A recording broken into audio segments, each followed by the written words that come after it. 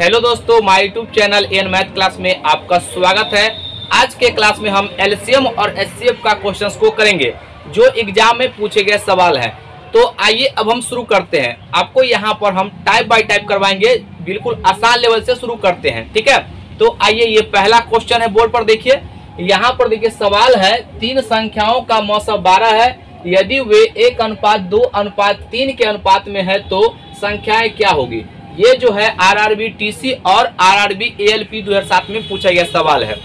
तो यहाँ पर इस सवाल को कैसे करेंगे, तो यहाँ पर अगर आपको कॉन्सेप्ट पता होगा तो देखते ही इसका आंसर आप कहिएगा ये होगा, लेकिन कहिएगा सर आपको आंसर याद है, कैसे हम बनाएंगे। तो यहाँ पर एक बात याद रखिएगा, जो एचसीएफ दिया गया यहाँ पर, ये आपको एचसीएफ मौसा का मतलब होता है एचसीएफ, ये 12 दिया गया है।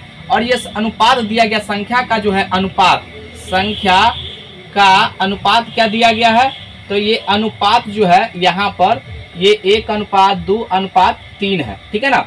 तो यहाँ पर एक बात ध्यान दीजिएगा, जो अनुपात में संख्या का दिया होगा, अगर हम एचसीएफ से गुना करते हैं, ये कॉन्सेप्ट है, एचसीएफ से गुना करते हैं तो वो संख्या बन जाता है। तो यहाँ पर देखिएगा संख्याएं क्या हो जाएगा, तो यहाँ पर संख्याएं जो हो जाएगा, संख्याएं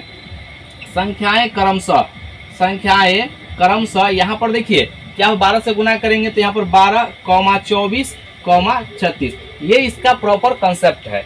ये बात आप समझ गए होंगे। यहाँ पर जो है यही इसका कॉन्सेप्ट है इस सवाल को बनाने का। ठीक है, दूसरा सवाल, आइए इसको बनाते हैं। सवाल है यहाँ पर, दो संख्याओं का लघुत्तम समापवर्त 48 है, यदि वे संख्याएं 2:3 के अनुपात में हो तो उनका योग कितना होगा। ये एसएससी एमटीएस 2011 में पूछा गया सवाल है। तो कैसे बनाएंगे, यहाँ पर देखिएगा जो अनुपात दिया गया है ना, अनुपात जो दिया गया है इसको हम संख्या मान लेते हैं। तो संख्या जब मानेंगे, यहाँ पर देखिएगा संख्या जब हम मानेंगे तो अनुपात में कोई भी वेरिएबल से जब हम गुना करते हैं तो वह अनुपात हट जाता है, संख्या आ जाता है। तो यहाँ पर संख्याएं क्रमशः ये आपका 2x, 3x है।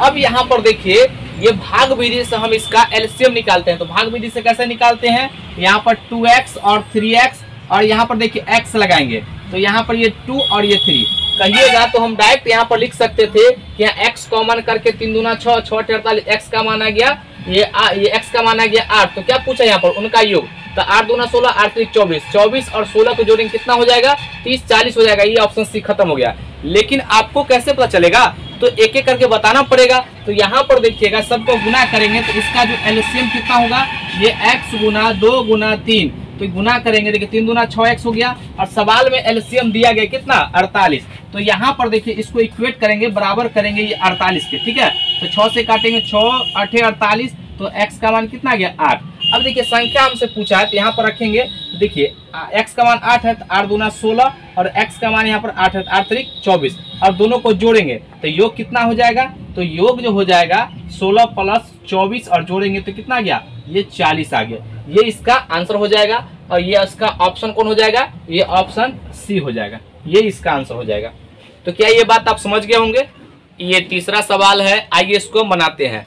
सवाल है, दो संख्याओं का मौसा 8 है, तब निम्नलिखित में से कौन सी संख्याएं ऐसी है जो उनका लसा नहीं हो सकता। ये एसएससी पीटी 2005 में पूछा गया सवाल है। तो इसका आंसर क्या होगा, इसका आंसर हम देखते ही बता सकते हैं ऑप्शन से। यहाँ पर देखिएगा मौसा जो है इसको डिवाइड कर रहा है तो ये एलसीएम होगा, इसको डिवाइड कर रहा है, इसको भी डिवाइड कर रहा है, इसका मतलब जो है ये 8 से 8 को डिवाइड नहीं कर रहा है, इसका जो है आंसर क्या हो जाएगा, ये लॉसा, ये ऑप्शन डी जो है 60 नहीं हो सकता।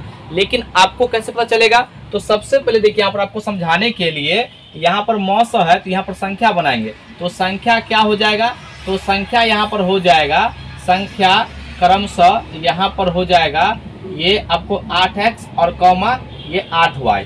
ठीक है ना। यहाँ पर दो संख्या है, इसको गुना किए 8x और 8y। तो बताइए इसका एलसीएम क्या हो जाएगा, तो इसका जो एलसीएम हो जाएगा यहाँ पर, इसका देखिए यहाँ पर ये x और y जो है अलग अलग है, को प्राइम नंबर है, तो इसका एलसीएम 8 गुना x गुना y हो गया। तो यहाँ से हम क्या समझे कि एलसीएम जो होता है वह एचसीएफ से डिवाइड होता है। लेकिन यहाँ पर कह रहा है कि कौन सा एलसीएम नहीं हो सकता, जिसको डिवाइड नहीं करेगा वह एलसीएम नहीं होगा। तो ये भी हो सकता है, ये भी हो सकता है, ये भी हो सकता है, ये नहीं होगा। और यहाँ पर देखिए इस सब का एचसीएफ दोनों में कॉमन 8 है, तो एचसीएफ 8 है, 8 इसको डिवाइड कर रहा है कि नहीं कर रहा है एलसीएम को। तो इसका मतलब हम यहाँ से एक कंसेप्ट समझ गए कि हमेशा जो है एचसीएफ एलसीएम को डिवाइड करेगा। क्या ये बात आप समझ गए होंगे? ये अच्छा सवाल था और आपके एग्जाम में 100% है जो ये सवाल आ जाए। अगर आपको वीडियो अच्छा लगेगा तो इसको लाइक भी कीजिएगा और सब्सक्राइब भी कीजिएगा, ठीक है। अगला सवाल ये चौथा नंबर है, आइए इसको हम बनाते हैं। सवाल है 3 संख्याओं का अनुपात 3:4:5 है तथा इनका एलसीएम 2400 है। इन संख्याओं का महत्तम समापवर्तक क्या होगा? ये सीडीएस 2002 में पूछा गया सवाल है। तो कैसे बनाएंगे? तो यहाँ पर जो है देखिए एग्जाम में इसको कैसे बनाना है, तो सबसे पहले ये सभी नंबर को देखिए आपस में को प्राइम नंबर है। आप कहिएगा सर ये को प्राइम क्या होता है? तो यानी 2 या 2 से अधिक जितना भी नंबर होगा जिसका एचसीएफ 1 होगा वह सभी नंबर क्या होंगे? को प्राइम नंबर। तो यानी कि सभी को जब आप निकालेंगे इसका सब में कॉमन एक ही है, इसका एचसीएफ 1, ये आपस में को प्राइम नंबर है। अब सबको गुना की 4 12 12 5 7 24 में भाग दीजिए। तो यहाँ पर भाग देते हैं तो 0 6 चौक 24 यानी कि 40। तो एचसीएफ जो हो जाएगा इस संख्या का 40 हो जाएगा और यहाँ पर ऑप्शन बी खत्म हो गया। लेकिन यहाँ पर प्रोसेस से कैसे बनाएंगे? तो यहाँ पर देखिए सबसे पहले आप क्या करेंगे, अनुपात को हटाने के लिए संख्या मानिए। तो यहाँ पर लिखते हैं माना संख्याएं क्रमशः इसका बनाने का यही प्रोसेस है 3x, 4x और 5x। अब यहाँ पर देखिए 3x, 4x, 5x जो दिया गया है इस सब से हम क्या निकालेंगे? एलसीएम। भाग विधि से एलसीएम आपको निकालने आता होगा तो कैसे निकालेंगे? यहाँ पर देखिए सभी में ये सभी नंबर आपस में को प्राइम नंबर, इसको देखिए ये 3 4 5 सरपंच 20 23 60। यहाँ पर इसका जो एलसीएम हो जाएगा, एलसीएम कितना हो जाएगा? 60x।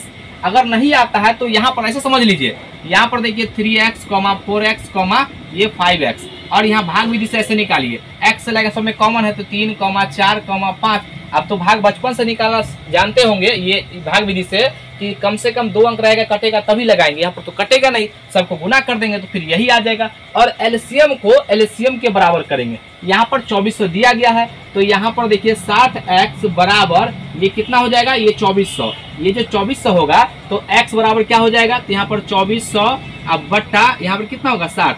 0 से 0, यहाँ से 6 से 6 तक 24 यानी कि ये आ गया 40। और 40 जो आ गया है क्योंकि सभी में कॉमन है, जो कॉमन होता है वही एचसीएफ होता है। तो इस सवाल का आंसर कौन सा हो गया? तो इसका आंसर हो गया ऑप्शन बी। क्या ये बात आप समझ गए होंगे? बिल्कुल हम आसान तरीके से आपको समझा रहे हैं और 100% आपको बात समझ में आ गया होगा, ठीक है। अगला सवाल ये 5वां नंबर है, आइए इसको बनाते हैं। सवाल है 2 संख्याओं का एचसीएफ निकालते समय अंतिम भाजक 52 पाया गया तथा भागफल क्रमशः पहले से प्रारंभ करते हुए 2, 11 तथा 7 पाए गए तो संख्याएं होगी। ये एसएससी इनकम टैक्स 1996 और सीबीआई 2008 में पूछा गया सवाल है। ये बहुत ही अच्छा सवाल है। अगर आप इस सवाल को बनाते हैं तो आपका बहुत कुछ कंसेप्ट क्लियर हो जाएगा, ठीक है ना। तो यहाँ पर कैसे बनेगा देखिए, सबसे पहले यहाँ पर भाग जो है आप भाग विधि से एचसीएफ कैसे निकालते हैं? तो इस तरीके से निकालते हैं हम। फिर यहाँ पे जो आता है घट करके फिर उसको ऐसे करते हैं, ठीक है ना। इस तरीके से आपको यहाँ पर करना पड़ेगा, ठीक है। अब यहाँ पर देखिए इसको यहाँ पर जो है भागफल कितना बार दिया गया है? 3 बार, 2, 11, 7। तो यहाँ पर हम लिख लेंगे, ठीक है ना। अब यहाँ पर देखिए भागफल देखिए कह रहा प्रारंभ से, तो प्रारंभ से पहले भागफल 2 आया है, फिर ये 11 आया है और ये 7 आया है, ठीक है ना। और यहाँ पर जो है ये भाजक देखिए जिससे भाग लग जाता है उसी को ना कहते हैं भाजक, यानी कि जो अंतिम है, ठीक है ना। तो यहाँ पर जो है भाजक ये 52 है और यहाँ भागफल 7 है। इसका मतलब हमको समझना है जो यहाँ पर शेष 0 है, ठीक है ना। क्योंकि अंतिम भाजक क्या होता है? एचसीएफ होता है, तो 0 आ गया होगा। अब यहाँ पर देखिए इसका मान कैसे निकालते हैं? तो यहाँ पर देखिए ये 52 को 7 से मल्टीप्लाई करेंगे, ठीक है ना। तो कितना हो जाएगा? यहाँ पर देखिएगा 7 दूना 14 और 7 बचे 35 और 1 36। यहाँ पर ये आ गया 36, ठीक है। अब यहाँ पर देखिएगा ये वाला जो है उठ के यहाँ पे आ जाएगा, कितना आ जाएगा? ये वाला उठ करके यहाँ पे आ जाएगा 364। ऐसे ही करते हैं और ये जो उठ करके यहाँ पे आ जाएगा 364। अब यहाँ पर देखिए 364 को 11 से मल्टीप्लाई करेंगे और इसका रिमाइंडर ये 52 हो जाएगा, ठीक है ना। तो यहाँ पर देखिएगा 364 है और इसको हम 11 से मल्टीप्लाई करेंगे तो 300 यहाँ पर 64 और यहाँ पर 364, ठीक है। तो कितना हो जाएगा? 4 6 4 10 6 3 9 10 3 1 4। यहाँ पर देखिएगा ये 404 आ गया और 52 इसमें ऐड करेंगे, चूंकि शेष है तो 52 ऐड करेंगे तो 6 5 और ये 0 4, तो कितना आ गया, यहाँ पर आ गया ये 40 और 56, ठीक है ना, 40 और 56 आ गया। अब फिर हमको यहाँ पर देखिएगा ये जो है ये वाला यहाँ पर आ जाएगा 40, ये 40 और 56, और यहाँ पर देखिए इसके अंदर में कौन सा नंबर आएगा, तो ये दोनों का आपस में मल्टीप्लाई करेंगे और रिमाइंडर यहाँ पर शेष जो है ये 364 इसको जोड़ेंगे। तो यहाँ पर देखिए इसमें जो है ये 40 56 2 से मल्टीप्लाई करेंगे, तो इसमें 2 से मल्टीप्लाई करेंगे तो कितना होगा, 6 दूना 12, 5 दूना 10, 1 11, लास्ट में 0 है, 4 दूना 8। अब इसमें जो 364 ऐड करेंगे, तो 364 ऐड कीजिए तो कितना हो जाएगा, 6, यहाँ पर 7 4 और यहाँ पर 8, यानी 84 76। तो यहाँ पे आ जाएगा ये 84 और ये 76। तो इस सवाल का जो है आंसर कौन सा हो जाएगा, पूछा 2 संख्या है, तो एक आपका हो गया यहाँ पर 84 76 और कॉमा दूसरा कितना होगा 40, यहाँ पर ये 40 और 56, ये आपका जो है ये 2 संख्या आएगा, ठीक है ना। तो कौन सा ऑप्शन में है, तो यहाँ पर है इसका ऑप्शन ये सी है। अब देख लीजिए इतना अच्छा सवाल है, अगर आप बेसिक से नहीं बनाएंगे तो ये सवाल आपसे नहीं बनेगा, बिल्कुल आपका ये जो है कॉन्सेप्ट क्लियर रहेगा तभी सवाल बनेगा। तो आप ये बात समझ गए होंगे। तो आज का क्लास कैसा लगा, अगर वीडियो अच्छा लगे तो इसको लाइक कीजिए, सब्सक्राइब कीजिए, शेयर जरूर कीजिए।